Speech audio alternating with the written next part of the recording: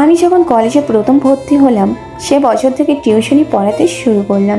টিউশনি পড়ানোর উদ্দেশ্য ছিল পিছনের ক্লাসের বিষয়গুলোকে মনে রাখা ও চর্চা করা। তাই টিউশনি পড়াতে শুরু করলাম ক্লাস 8-9-এ ছেলে মেয়েদের নিয়ে। নিজের ঘরেতে পড়াতাম। শুরুতে 4 জন ছাত্রছাত্রী ছিল। টিউশনি পড়ানোর সময় ছিল সন্ধ্যা 6টার পর, কারণ কলেজে যেতাম। বিকেল 4টেতে আসতাম বাড়িতে। তারপর খাওয়া দাওয়া করে একটু রেস্ট নিয়ে পড়াতে শুরু করতাম। 3টে ছাত্র আর একটা ছাত্রী, অনিলের শুভ 11ই পড়তো, রিপন 10-এ আর তুলি পড়তো ক্লাস 12-এ।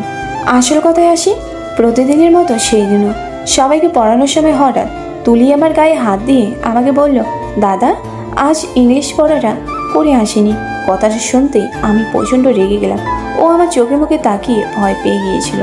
আমি বুঝতে পারছিলাম। তখন আমি বললাম, সবাইকে পড়াটা দেখিয়ে দেখিয়ে দেওয়ার পর তারপর তো শেষের দিকে ব্যবস্থা হবে। সেই দিকে আমি খুব রেগে গিয়েছিলাম, কারণ সেদিন কলেজে আমার বন্ধুরা আমার গার্লফ্রেন্ড নেই বলে সবার সামনে অপমান করেছিল। সেদিন সবাইকে ছুটি দিয়েছিলাম, শুধু তুলি একা বসেছিল। তখন প্রায় 8:30 বাজে। আমি ছুটি দেই সাধারণত সবাইকে 9টা বা 9:30-তে। সেদিন সবাই প্রায় পড়া করে এসেছিল, তাই সবাইকে ছুটি দিয়ে দিয়েছিলাম। বসেছিল শুধু তুলি আমার মুখের দিকে তাকিয়ে চুপচাপ চোখের জল ফেলতে শুরু করলো। তখন আমার রাগ ঠান্ডা হয়ে গেল। কান্নাকাটি দেখে ওকে আমি সেদিন বই নিয়ে বাড়িতে চলে যেতে বললাম।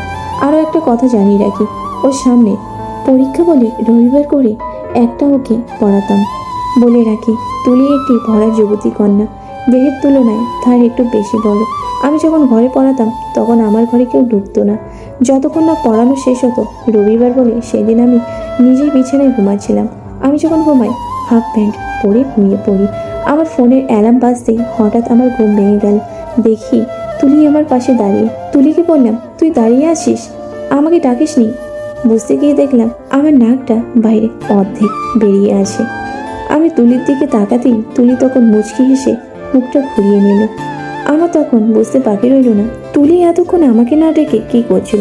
আমি তাড়াতাড়ি করে পাশের চাদরটা নিয়ে গায়ের উপর চাপিয়ে দিলাম। কোনো রকম নিজেকে সামলে বিছানা থেকে উঠে বাথরুমের দিকে দৌড় দিলাম। আমি ঘরেতে ঢুকে দেখি তুলি বই নিয়ে পড়ছে আর মুচকে মুচকে হাসে। আমি জিজ্ঞাসা করলাম, তুলি? তুলি বলল, হ্যাঁ দাদা। আমি বললাম, সত্যি কথা বল, তুই এতক্ষণ এসে আমার সামনে দাঁড়িয়েছিলিস? তুলি বলল, বেশিক্ষণ না দাদা, আমি বেশিক্ষণ দেখিনি। আমি বললাম, কি বললি? তুলি বলল, না দাদা কিছু না, আমি কিছু বলিনি। আমি বুঝতে পারলাম কথা ঘোরানোর চেষ্টা করছে ও। আমার আর এটা বুঝতে বাকি রইল না, ও অনেকক্ষণই এসে আমার পাশে দাঁড়িয়েছিল আর আমার লম্বা নাকটা দেখছিল। আমি কথা না বাড়িয়ে ওকে বললাম, পড়া করে এসেছিস? আর একটা কথা আপনাদের জানিয়ে রাখি, আমি টেবিলেই পড়াই। এক সাইডে আমার চেয়ার, আর কি করি, ফ্রাইডে ও চেয়ার থাকে। আমি বললাম, তুলি বইটা বার কর আর পড়তে শুরু কর, 5 মিনিটের পর তোর পড়া ধরবো। তুলি বলল, ঠিক আছে দাদা। আমি বললাম, আজ পড়া না হলে তোর ব্যবস্থা হবে। আমি বুঝতে পারছিলাম তুলির আজ পড়ার মন নেই। অনেকক্ষণ ধরে দেখছি ও একটা হাত যেন ওর কোলেতে দিয়ে আছে। আমি বিষয়টা জানার জন্য একটা পেন টেবিল থেকে নিচে ফেলে দিলাম। পেনটা তোলার ভান করে নিচে তাকিয়ে দেখলাম ওর বাম হাতটা দিয়ে সামনের ফ্রকটা উঁচু করে কি যেন করছে। দৃশ্যটা দেখে আমার গলা শুকিয়ে এলো। আমি পেনটা তাড়াতাড়ি করে তুলে নিয়ে ওর মুখের দিকে দেখলাম, উপরের দিকে তাকিয়ে হাঁ করে নিজের গায়ে হাত বোলাচ্ছে। আমি ওকে বললাম, কিরে তুলি, পড়া দিবি না? তুলি কোনো কথার উত্তর দিল না। আমি আবার বললাম, কিরে তুলি, পড়া দিবি না? তুলি আটকে উঠলো আর বলল, কি দাদা? আমি আবার বললাম, পড়া দিবি না? তুলি বলল, দাদা আমার কেমন হচ্ছে, আমি সব বাড়ি থেকে মুখস্থ করে এসেছিলাম, কিন্তু কেন জানি না আমার সব উলট পালট লাগছে। আমি বুঝতে পারছিলাম আমার নাক লম্বা হয়ে দাঁড়িয়ে আছে।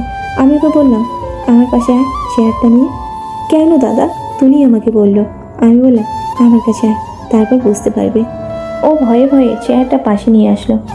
আমি অনেকক্ষণ ধরে দেখছি তুই বাম হাতটা নিচে রেখেছিস।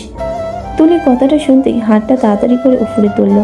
আমি ওর বাম হাতের উপর হাত দিয়ে ওকে জিজ্ঞাসা করলাম, কি হয়েছে তোর? তুলি ও মাথাটা নিচু করে আমাকে বলল, কিছু না। আমি বুঝতে পারছিলাম ওর বাম হাতের আঙ্গুলগুলো ভিজে আটার মতো ছটফট করছে। আমি ওকে বললাম, কি হয়েছে বল, লজ্জা করিস না। তুলি লজ্জায় আমার দিকে তাকাতে পারছে না। ও বুঝতে পারছিল ওর ভেজা আঙ্গুলগুলো আমি হাত দিয়ে দিয়েছিলাম। তুলি আমার মুখের দিকে তাকিয়ে একটাই কথা বলল, আমাকে শাস্তি দাও। আমি বললাম, কেন তোকে শাস্তি দেবো? তুলি বলল, আমি তোমার পড়া করিনি। আমি ওকে বললাম, আজ থেকে এমন শাস্তি দেবো তুই বাড়িতে যাওয়ার আগে কেঁদে কেঁদে যাবি। তুলি কোনো কথার উত্তর দিল না। অন্য সময় ও আমাকে বলতো, আর হবে না দাদা, পরে এবার আমি পড়া করে আসবো। আমি তোকে বললাম আগের দিন পড়া করে আসতে, ভালো করে পড়া করিসনি, আজ তোর কপালে দুঃখ আছে। আমি সাহস করে ওর হাতটা নিয়ে আমার নাকের উপর দিয়ে দিলাম আর বললাম, আমার নাকটাকে ধরে উপর নিচ কর। ও আমার কথা মতো উপর নিচ করতে শুরু করলো। আমি ওকে বললাম, চেয়ারটা পিছনে সরিয়ে দিয়ে টেবিলের নিচে ঢোক। ও আমার কথা মতো কোনো উত্তর না দিয়ে চেয়ারটা পিছন থেকে সরিয়ে দিয়ে ঢুকে গেল টেবিলের নিচে। আমি নিচের দিকে তাকিয়ে দেখি ও তখন আমার নাকটা ধরে টলছে। আমি নিচের গায়ে হাত তোলাচ্ছি। আমি একটু সাহস করে ওকে বললাম, আজ তোকে যে শাস্তি দেবো, এই শাস্তি তোকে কোনোদিন দেয়নি। ও আমাকে বলল, দাও, আমাকে শাস্তি দাও, আমাকে শাস্তি দাও, আমাকে শাস্তি দাও। আমি ওর মাথাটা ধরে আমার নাকের কাছে নিয়ে এসে ধরলাম আর বললাম, তুই দিবি আমায় একবার, শুধু একবার? আমি নিচের দিকে তাকিয়ে দেখলাম ও আমার নাকটা ধরে আছে। আমি ওকে বললাম, প্রথমে গালে দেবো। ও আমাকে বলল, দেবো। ওকে ধরে ওর গালে দিলাম পরে, তারপর শুরু করলাম। ও খেতে খেতে আ করে শব্দ করছে আর লম্বা লম্বা নিঃশ্বাস নিচ্ছে আর আমাকে বলছে, আমাকে শাস্তি দাও, আমাকে দিয়ে দিয়ে শাস্তি দাও। ওকে একটানে নিজের কাছে আনলাম আর ওকে বললাম, মুখ বন্ধ করে রাখবি, কোনো কথা বলবি না। ও আমার কথা শুনে ঠিক আছে। ও বুঝতে পেরে আমাকে বলল, যদি অসুবিধা হয় পুরো ছিঁড়ে ফেলো। আমি ওর কথা শুনতে পুরো ছিঁড়ে ফেললাম। ছিঁড়ে খেলতেও চিৎকার করে উঠলো। সময় নষ্ট না করে আমি তাড়াতাড়ি শুরু করলাম।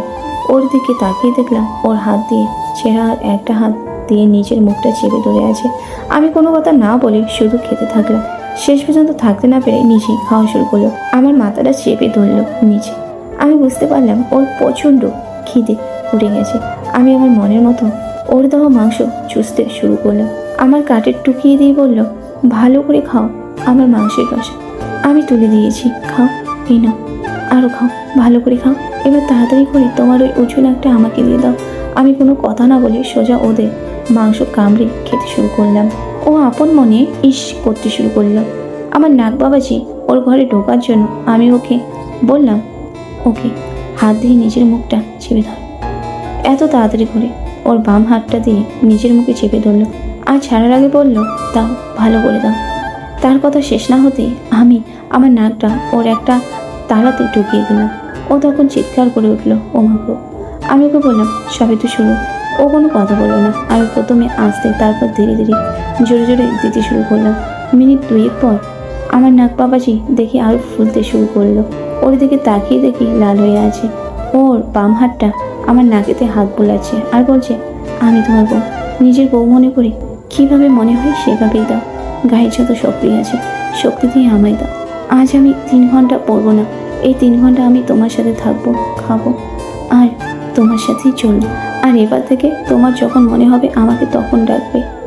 আমি পড়া পড়লেও তুমি আমাকে দেবে, আর না পড়লেও তুমি আমাকে দেবে। যখন মনে হবে তখন দেবে, যেমন নিজের বউকে যখন ইচ্ছা দাও। তুমিও ঠিক সেই রকম আমাকে নিজের বউ মনে করো, যখন মনে হবে তখন দেবে। উফ, কি শাস্তি, কি শান্তি। এবার থেকে তুমি আমাকে তোমার নাক বাবাজি দিয়ে আমাকে শাস্তি দেবে। আমি ওকে বললাম। ও আমাকে বলল, যেভাবে মনে হয় সেভাবে করো। আমি ওকে বললাম, তাহলে ঠিক আছে, এবার একটু স্টাইলিশ হয়ে থাক। এই কথাটা বলে ও স্টাইলিশ হয়ে গেল। আমি ওকে বললাম, শোনা, এবার দাও দাও করে বলে দেখো। এ বলে আমি ওর চুলের মুঠিটা ধরলাম আর বললাম, মাংস খাবে? ও আমাকে বলল, তোমার জন্য আমি মাংস করেছি, খাও, বেশি করে খাও। আমি খেতে খেতে বললাম, কেমন লাগছে আমার শাস্তি? ও আমাকে বলল, আগে জানতে পারলে কোনোদিন পড়া করে আসতাম না। আর আজ যখন তোমার নাকটা দেখেছিলাম দাঁড়িয়ে দাঁড়িয়ে, তখন নিজের গায়ে হাত বুলাচ্ছিলাম। আর তোমার নাকটা কি উঁচু আর বলো, মাথাটা দেখে আমার ইচ্ছে করছিল। আমি বললাম, তোমার ভিতরে কিটকিট করে কামড়াচ্ছিল, আমাকে শাস্তি দাও। আমি কোনোদিন রবিবার করে চুরি করব না। প্রতি রবিবার করে আমাকে নিজের বউ মনে করে তোমার ওই নাকটা দেবে। কি শান্তি, দাও আমায়। এইভাবে 1 ঘন্টা খাওয়ার পর ওকে বললাম, নাকের সর্দিটা কোথায় ফেলবো? ও আমাকে বলল, আমার গালে দাও। এই বলে হাঁ করে আমার নাকের দিকে দাবালো। কিছুক্ষণ পর আমি ওর গালে সর্দিটা ফেলে দিলাম। তারপর দেখলাম ও ফিসফিস করে কি যেন বলছে। আমি ওকে বললাম, কি বলছো? ও বলল, কি সুন্দর, যেই রকম সুন্দর সেই রকম বেশি। আমি ওকে বললাম, খুশি তো তুই? ও আমাকে বলল, এইরকম শাস্তি যেন আমি সারা জীবন পেতে চাই। এরপর ঘড়ির দিকে তাকিয়ে দেখি তখন 10:30। আমি ওকে বললাম, বাড়ি যাবি না তুই? যাওয়ার সময় কোথাও ফেলে দিস, এখানে রেখে যা, আমার বিছানায় নিচে। টয়লেট করে এসে নাক মুছবো। ও বলল, ঠিক আছে, তুমি ভুলে নাও। ও আমার দিকে তাকিয়ে আমার ঠোঁটে একটা চুমু খেয়ে আমাকে বলল, তুমি যখনই সুযোগ পাবে আমাকে দিয়ে দেবে। আমার সোনা দাদা। আঙ্গুল দুইটা থেকে বার করে নিয়ে এবার গালে দিয়ে বললাম, খা, ভালো করে খা।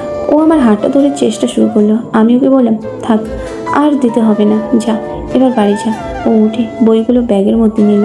তারপর যাওয়ার সময় আমাকে বলল, তোমার আদরি বউটাকে যাওয়ার সময় আদর করবে না?